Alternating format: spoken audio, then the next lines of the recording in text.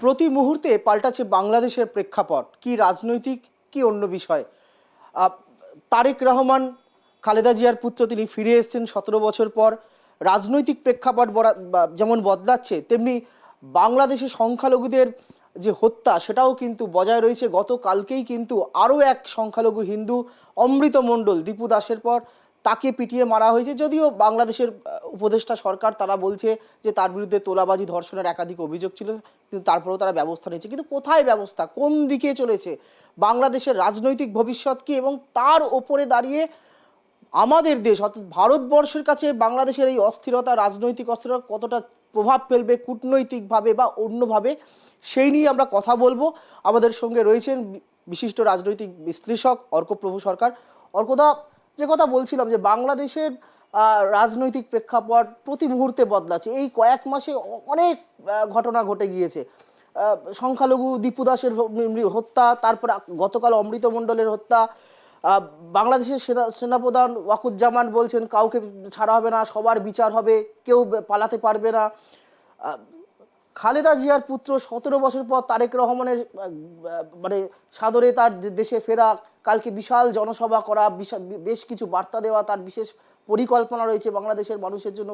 এবং বাংলাদেশের রাজনৈতিক প্রেক্ষাপটটা এই মুহূর্তে কোথায় দাঁড়িয়ে, কোথায় কোন দিকে এগোচ্ছে? আওয়ামী লীগের কি নির্বাচন উঠবে? আওয়ামী লীগ কি 2 মাস পর যেই নির্বাচনের কথা ফেব্রুয়ারি মাসে বলা হচ্ছে, আদৌ কি সেই নির্বাচন হবে?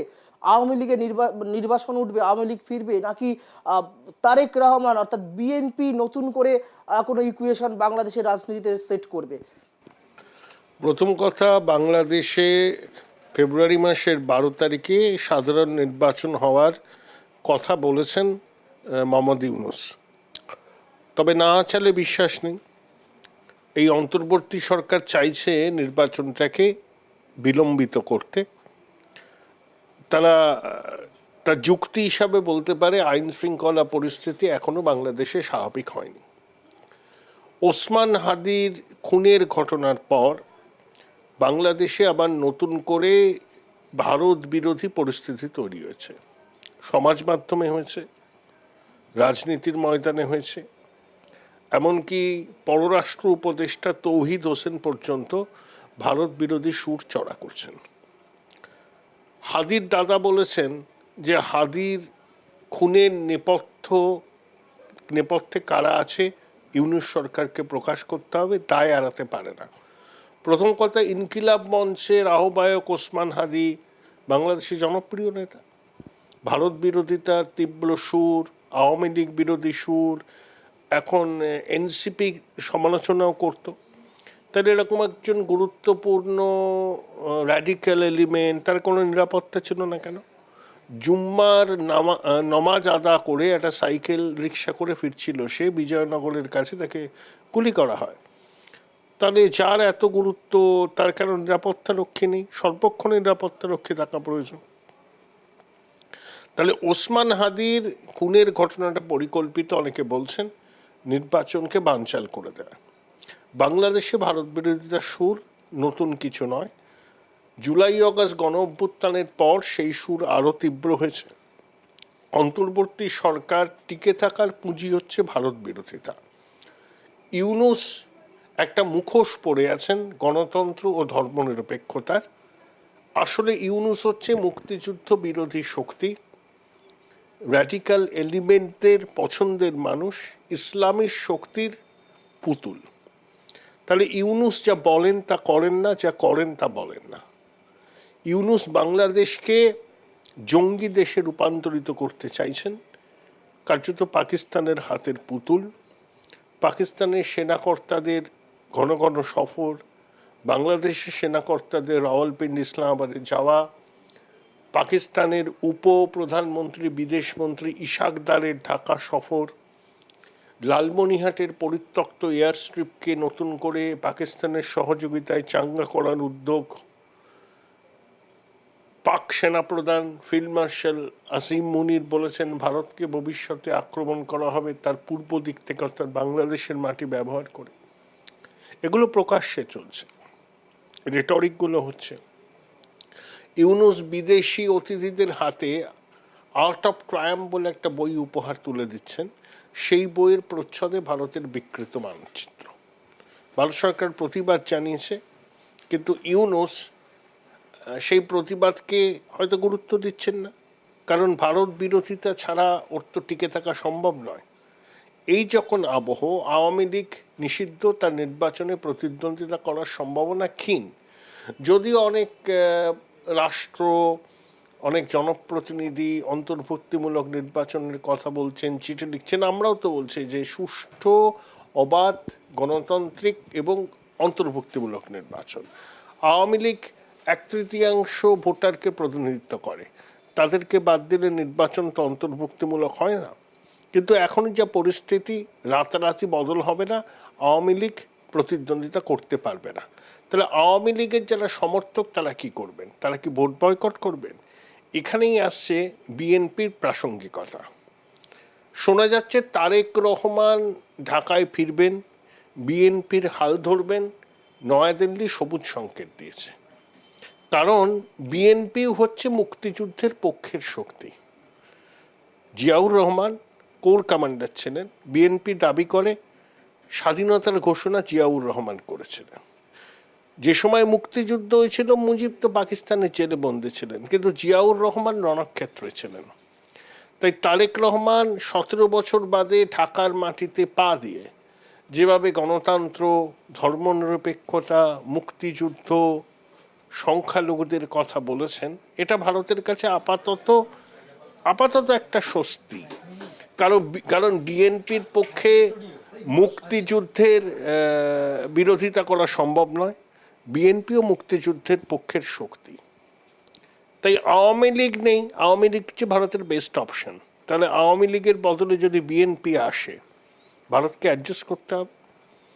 আমাদের বক্তব্য কি, যে চুক্তিগুলো হয়েছিল আমাদের সঙ্গে, সেই চুক্তিগুলো যেন অব্যাহত থাকে এবং বাংলাদেশের মাটিকে যেন ভারত বিরোধী জঙ্গি কার্যকলাপে ব্যবহার না করা হয়। কিন্তু বিএনপির আগের জমানায় আমরা কি দেখেছি, 2001-এ লুৎফুজ্জামান বাবর স্বরাষ্ট্র প্রতিমন্ত্রী ছিলেন, জামাতের আমির, জামাতে ইসলামীর সঙ্গে বিএনপির জোট ছিল, শিল্পমন্ত্রী ছিলেন। চট্টগ্রাম বন্দরে 10 কন্টেনার অস্ত্র নেমেছিল ভারত বিরোধী জঙ্গিদের দেওয়ার জন্য। লুৎফুজ্জামান বাবরের জেল হয়, সম্প্রতি তিনি জেল মুক্ত হয়েছেন। তো বিএনপির ভারত বিরোধিতা নতুন নয়, তখন আওয়ামী লীগ ছিল বলে একটা ব্যালেন্স হয়েছিল। কিন্তু তা সত্ত্বেও ভারতের সামনে বিএনপি ছাড়া এই মুহূর্তে গতিও নেই। বিএনপির উপরই ভরসা আমাদের করতে হবে, চাপ দিতে হবে। এবং তারেক রহমান ভারতের সাথে কথা বলেই তার ঢাকায় ফেরাটা নিশ্চিত করেছেন বলেই খবর। এখন আমি জানি না শেষ পর্যন্ত নির্বাচন হবে কিনা। জামাতের সঙ্গে বিএনপির জোট ভেস্তে গেছে, জামাত এবং জাতীয় নাগরিক পার্টি জোট করেছে। দেখুন, জামাতের যতই তারা লম্ফজম্প করুক, সর্বাধিক 10-12% ভোট তারা পেতে পারে। জামাত বাংলাদেশের নির্বাচনে জিতে ক্ষমতায় কখনো আসতে পারবে না, সেটা জামাত জানে। তাই তারা বিএনপির সঙ্গে অতীতে গাঁটছড়া বেঁধেছিল, কিন্তু এখন তাদের সম্পর্ক খুব তিক্ত। সম্প্রতি জামাতের আমির ডক্টর শফিকুর রহমান লন্ডনে গিয়ে তারেক রহমানের সঙ্গে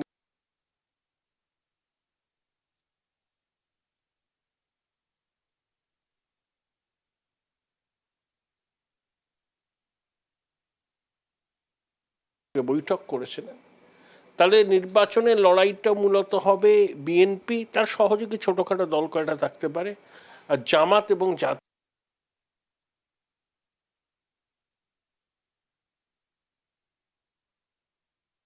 নাগরিক পার্টির জোটের মধ্যে। আর একটা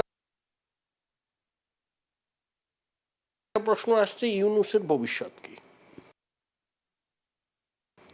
প্রথম কথা, ইউনূস এমন একজন ব্যক্তি, তিনি দেহত্যাগ না করলে পদত্যাগ করতে চান না। গ্রামীণ ব্যাংকের ম্যানেজিং ডিরেক্টর হিসাবে অবসরের বয়স ছিল 65। 75 বছর অবধি তিনি জোর করেছিলেন, তারপরে আদালতের নির্দেশে তাকে সরে যেতে হয়। বর্তমান যিনি রাষ্ট্রপতি শাহাবুদ্দিন তিনি বলেছেন যে এই সরকার তাকে অসম্মান করছে, ইউনূস তার সঙ্গে যোগাযোগ করে না, নির্বাচন হয়ে গেলে তিনি পদত্যাগ করবেন। তাহলে ইউনূসের সঙ্গে বিএনপির কি কোনো ডিল হয়েছে যে বিএনপি ক্ষমতায় আসলে ইউনূসকে রাষ্ট্রপতি করা হবে? কারণ ইউনূসের একটা রিহ্যাবিলিটেশন দরকার, প্রপার রিহ্যাবিলিটেশন। এটাও শোনা যাচ্ছে যে রাষ্ট্রপুঞ্জের পরবর্তী মহাসচিব হিসাবে ইউনূস নিজেকে দেখতে চাইছেন, সেই মর্মে লবিও করছেন। এগুলো সবই স্পেকুলেশন, কিন্তু ইউনূসের একটা পুনর্বাসন দিতে হবে, ইউনূসেরও দাবি। বিএনপি সেটায় কতটা সম্মত হয়েছে আমি জানি না, মনে হয় সম্মত হয়েছে যে বিএনপি সরকার হলে ইউনূস রাষ্ট্রপতি হবেন। এবং একই সঙ্গে এবারে সাধারণ নির্বাচনে জুলাই সনদের উপরও গণভোট হবে। জুলাই সনদে কি বলা হয়েছে যে ভারতের মতো বাংলাদেশেও সংসদের একটা উচ্চ কক্ষ থাকবে, প্রধানমন্ত্রী সর্বাধিক 2 টার্ম থাকতে পারবেন, রাষ্ট্রপতির ক্ষমতাকেও অনেক বাড়ানো হবে, ইত্যাদি অনেক কিছু আছে। তাহলে এইরকম একটা পরিস্থিতি বাংলাদেশে যদি নির্বাচন হয় ফেব্রুয়ারিতে, পরিস্থিতির হয়তো কিছুটা বদল হবে। কারণ যে সরকার আছে সেই সরকার তো অনির্বাচিত, অসাংবিধানিক, কোনো ম্যান্ডেট নেই এই সরকারের পিছনে। তাহলে বাংলাদেশে যদি মানুষের দ্বারা নির্বাচিত একটা সরকার আসে, সেই সরকারের সঙ্গে আমাদের সম্পর্ক তৈরি করতে হবে। আমরা তো প্রতিবেশীকে হোস্টাইল করতে পারবো না। বাংলাদেশের সঙ্গে আমাদের সম্পর্কের সোনালী অধ্যায় ছিল, সেই সম্পর্কই যাতে আবার ফিরে আসে সেই জন্য চেষ্টা করতে হবে। এই প্রেক্ষিতে বিএনপি ভারতের সেরা বাজি। তারপরেই যেটা সব থেকে বড় প্রশ্নটা আসে অর্কদা, যদি নির্বাচন হয় ফেব্রুয়ারি মাসে, ধরুন বিএনপি ক্ষমতায় এলো, হাসিনাকে কি ভারত প্রত্যর্পণ করবে? প্রশ্নই উঠছে না। শেখ হাসিনা আমাদের অতিথি, তিনি যতদিন চাইবেন ততদিন থাকবেন। শেখ হাসিনাকে মধ্যপ্রাচ্যের কোনো দেশে বা ইউরোপের কোনো দেশে পাঠানোর ব্যাপারে ভারত ভাবনা চিন্তা করতে পারে। কারণ যদি শেখ হাসিনা চান, বঙ্গবন্ধু কন্যাকে বাংলাদেশে ফেরত পাঠানোর কোনো সম্ভাবনাই নেই। ভারত এটা অর্থহীনভাবে জানিয়ে দিয়েছে। বাংলাদেশের অন্তর্বর্তী সরকার এই বিষয়টাকে নিয়ে ঘোলা জলে মাছ ধরছে, রাজনীতি করছে, সেটা সফল হবে না। আমরা পরিষ্কার জানিয়ে দিয়েছি যে হাসিনা যতদিন ইচ্ছা তিনি থাকবেন, ভবিষ্যতে কি হবে সেটা বলা যায় না। তবে বাংলাদেশে তিনি কোনো মতেই ফিরবেন না। যদি আওয়ামী লীগের নির্বাচন ওঠে, আওয়ামী লীগের নির্বাচন উঠলে, আওয়ামী লীগ যদি ক্ষমতায় আসে, তখন নিশ্চয়ই ফিরবেন। কিন্তু এই মুহূর্তে আওয়ামী লীগ বাংলাদেশের রাজনৈতিক কোণঠাসা অবস্থাতেই আছে। সেই পরিস্থিতির রাতারাতি যে বদল হবে এই মুহূর্তে আমার সেটা মনে হচ্ছে না।